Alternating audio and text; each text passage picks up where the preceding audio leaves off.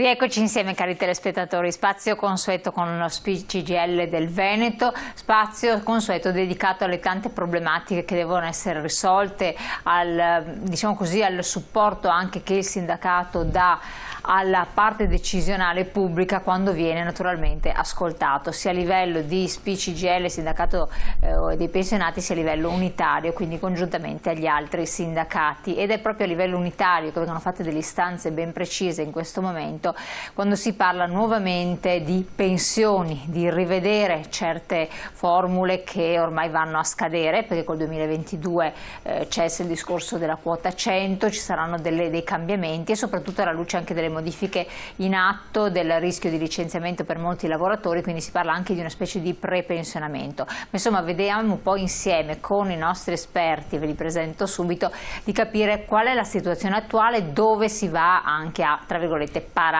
E quindi Giuseppe Di Girolamo, ben ritornato qui con noi. Grazie, della segreteria CGIL del Veneto. Buongiorno a tutti i telespettatori. Ben arrivata anche, collegata da Belluno, Maria Rita Gentilin, segretaria generale CGIL di Belluno. Ecco, ben arrivata. Grazie, buongiorno a tutte e a tutti. Perfetto, allora chiedo che magari di sistemare l'audio dalla regia o il volume di Maria Rita, alzarlo bene in modo che possiamo sentirla. Comunque do la parola a Maria Rita Gentilin dopo aver sentito l'inquadramento generale che facciamo con lei segretario, perché non tutti sono al corrente, anzi io proprio mi sono divertita a parlare con alcuni anziani e fare la battuta l'altro giorno al supermercato, ho detto il discorso delle pensioni, ma come? Ancora. Ma molti appunto non tutti sono al corrente che ci sarà qualcosa che bolle in pentola, che c'è qualche cambiamento, molti danno per assodato, quota 100 vai e così via, e invece no, il tempo vola e col discorso della pandemia si è messo a tacere un po' tutto. Oddio, non solo si è messo a tacere, ma la situazione è anche peggiorata da questo punto di vista. Se poteva. Se poteva.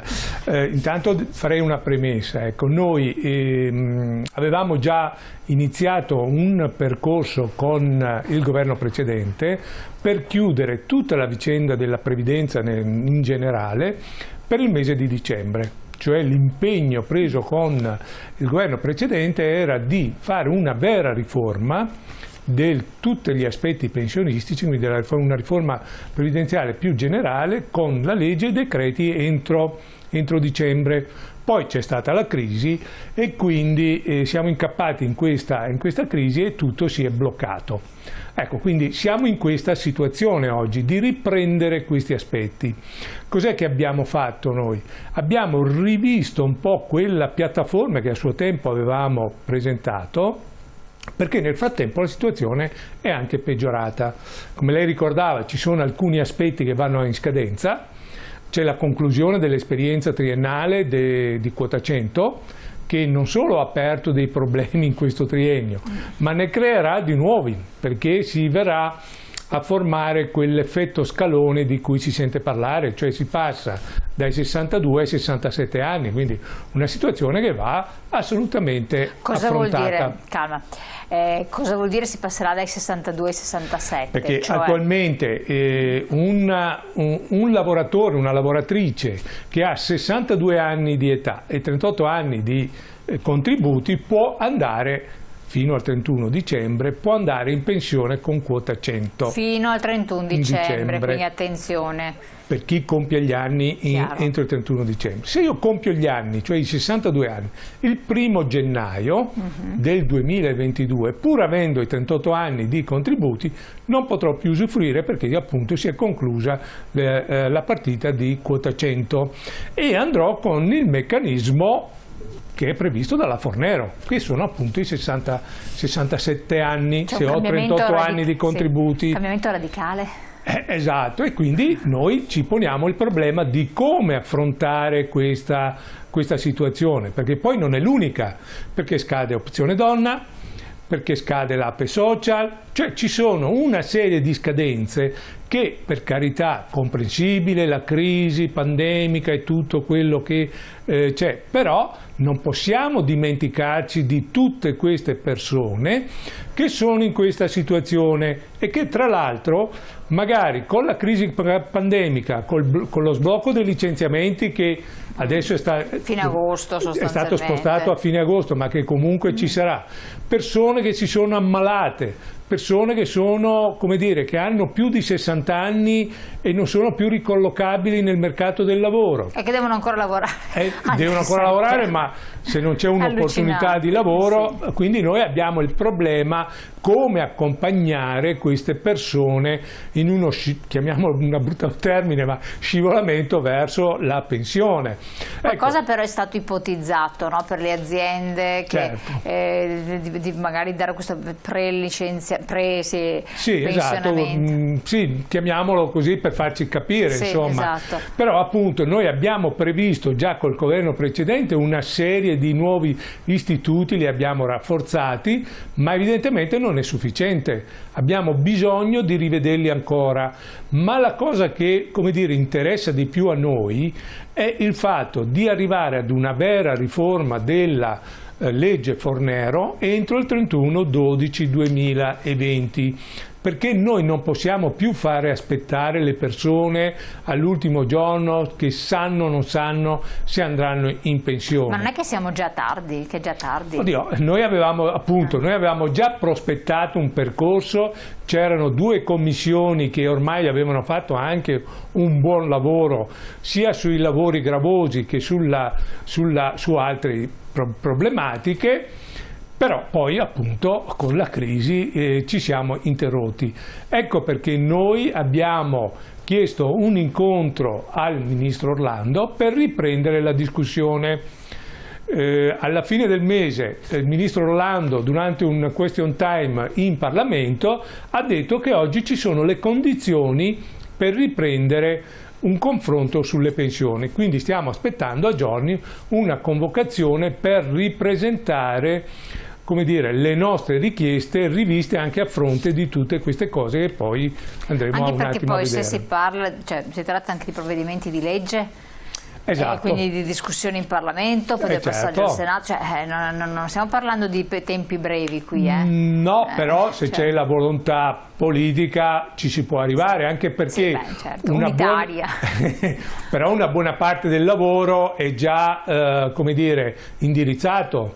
Cos'è che noi dobbiamo fare? Noi chiediamo una flessibilità dell'uscita del pensionamento, perché con la Fornero si è creato una rigidità nel pensionamento, non una flessibilità. Cioè noi, pur avendo cambiato il sistema di conteggio della modalità della pensione, cioè della quantità di pensione, non abbiamo modificato, anzi abbiamo irrigidito ulteriormente le norme per andare in pensione. Cioè l'età, esatto, come si va in pensione, con quale, in che modo, eccetera. Allora cos'è che diciamo noi? Intanto superare una serie di ostacoli facendo andare le persone in pensione o con l'età, noi diciamo 61 anni di età. Chiedo alla regia, intanto ne approfitto di mettere in onda appunto la slide, cambiare le pensioni adesso, perché ci sono un po' tutte le varie voci, esatto. Così mentre lei parla le possiamo anche leggere. Quindi il primo discorso, ecco, questo è cambiare le pensioni adesso ed è rivolta ai giovani. Eccolo qua, teniamo fermo questo qua. Innanzitutto, superare l'impianto della legge Fornero a partire dal 2022, che è tra qualche mese, cioè praticamente. Perfetto. Cioè noi cos'è che chiediamo? Ecco, questa è la premessa di tutto. Cioè entro il dicembre 2021 mettere in vigore la nuova legge. Chiaro. Questa è la richiesta fondamentale secondo noi, proprio per evitare di continuare ogni volta con piccoli aggiustamenti, piccole cose, ancora una volta nella logica dell'emergenza. Ecco, noi diciamo che bisogna superare questo aspetto e fare una riforma che guardi almeno un ventennio, insomma 15-20 anni, se fatta come bene, è giusto che sia in un paese normale, insomma. Introdurre poi la flessibilità è quello che diceva prima, in uscita a partire dai 62 anni di età. E 61 anni di età, qua dice 62. Sì, oppure i 41 di contributi, esatto, questo è sì, 62 o 41 anni di contributi. Questo è quello che noi diciamo: se una persona ha una di queste condizioni può uscire dall'attività lavorativa e quindi entrare in un sistema pensionistico che, tra l'altro, ormai le persone per i 2/3 della loro contribuzione sono nel sistema contributivo, per cui andranno in pensione con i soldi in base ai soldi che hanno versato. Quindi, come dire, da questo punto di vista non gli si regala assolutamente nulla. Io ho versato tot e in base al conto che mi verrà fatto andrò in pensione con quei soldi.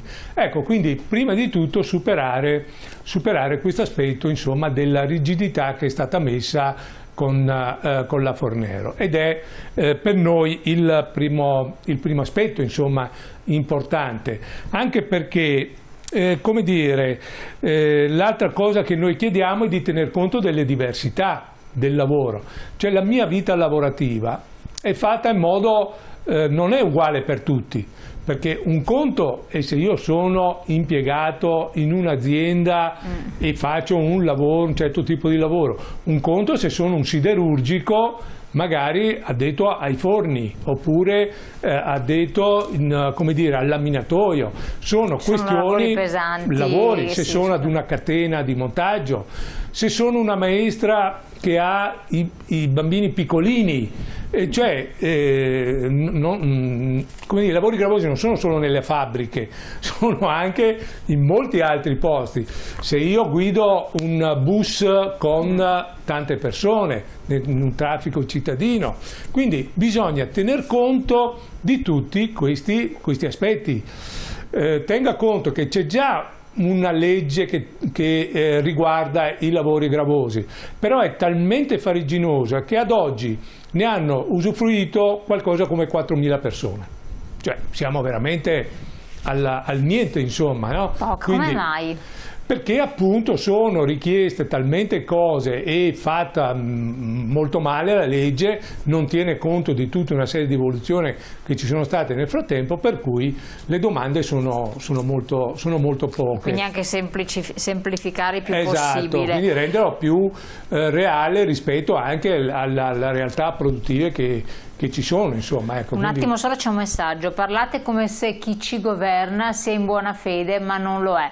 Vorrei delle lotte vere e non uno sventolare bandierine. I nostri padri ci hanno donato diritti in altro modo. E qui abbiamo i giuri diciamo così, delle pensioni.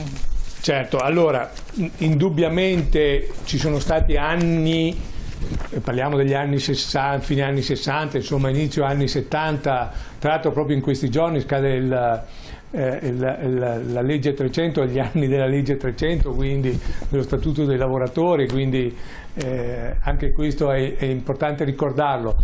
Però, come dire, ogni anno ha il suo periodo di lotte, le sue forme di lotta, le sue modalità di lotta. Oggi siamo in una situazione che era impensabile anni fa. Quindi dobbiamo anche muoverci in base al contesto che noi viviamo. Questo non vuol dire rinunciare a quello che noi riteniamo giusto rivendicare, tanto è vero che appunto noi stiamo rivendicando queste cose. Devo anche dire, ad onor del vero, che col governo precedente alcune cose da noi richieste, rivendicate, le abbiamo portate a casa. Vorrei ricordare il part-time verticale, quindi il fatto che alle lavoratrici e ai lavoratori venisse riconosciuto l'intero periodo di contribuzione in tutto l'anno e non solo per alcuni periodi, in base chiaramente anche alla contribuzione versata, perché noi avevamo lavoratori e lavoratrici che per una questione di stagionalità lavoravano solo alcuni periodi dell'anno, ma versavano comunque più dei minimali previsti dalla contribuzione annuale o settimanali, a cui non venivano riconosciute tutte e 2,52 le settimane.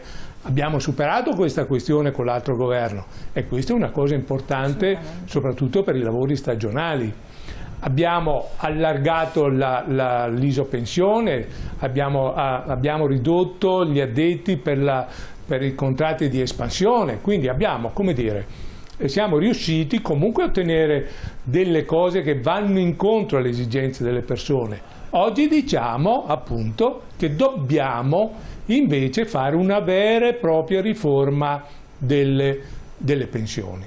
Quindi credo che sia questo. Assolutamente. Leggo un altro messaggio che è arrivato, se magari la regia ce lo rimette in onda, però questo magari lo voglio girare a Marielita Gentilin, a cui do la parola dopo la pubblicità. Però sono una donna che ha lavorato 15 anni e ho 66 anni.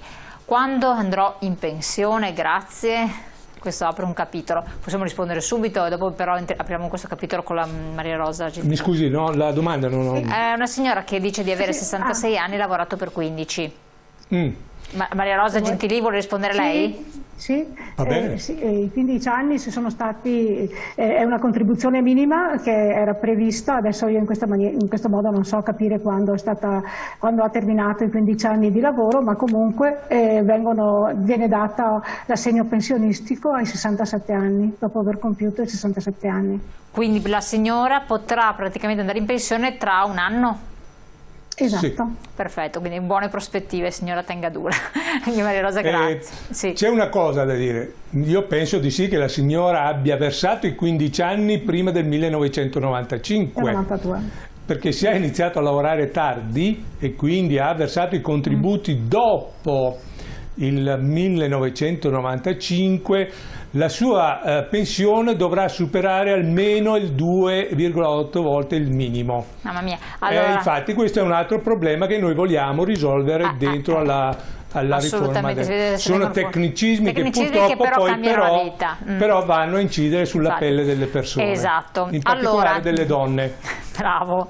Allora, detto questo, alla signora consigliamo però di andare con i documenti da una sede dello SPCGL, a questo punto prendere un appuntamento, farsi controllare bene tutto quanto, perché poi perdere il colpo tra virgolette è rischioso e ci sono anche conseguenze, lo vediamo. Allora prendere tutto e andare a farsi fare una verifica, tanto sono verifiche gratuite che vengono fatte dalle sedi dello SPCGL.